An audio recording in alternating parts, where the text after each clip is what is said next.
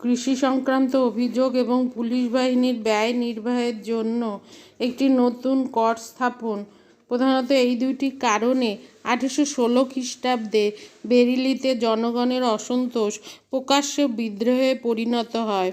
রোহিলাখণ্ডের নেতা মুফতি মোহাম্মদ আইওয়াজ বিদ্রোহী জনগণের নেতৃত্ব গ্রহণ করেন। বিদ্রোহের প্রত্যক্ষ কারণ ছিল বেরিলির জনৈক নারীর উপর পুলিশের অত্যাচার।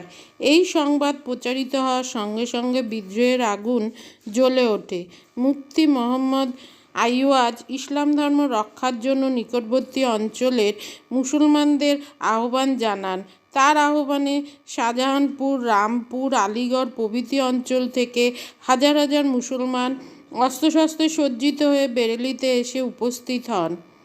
ইংরেজ সরকার সর্বশক্তি দিয়ে এই বিদ্রোহ দমন করতে অগ্রসর হয়।